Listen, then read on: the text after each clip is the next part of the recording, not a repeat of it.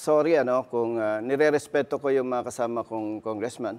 But for me, kahit mabasa ko yan, hindi ako peperma eh. Kasi nga, objective po ako eh. Kung sabihin nating ma-impeach nga, halimbawa, ano ang magiging benepisyo noon sa taong bayan?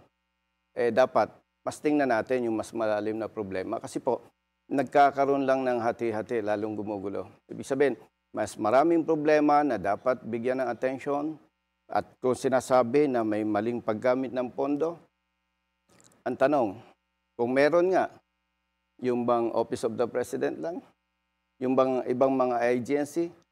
Wala bang ganon?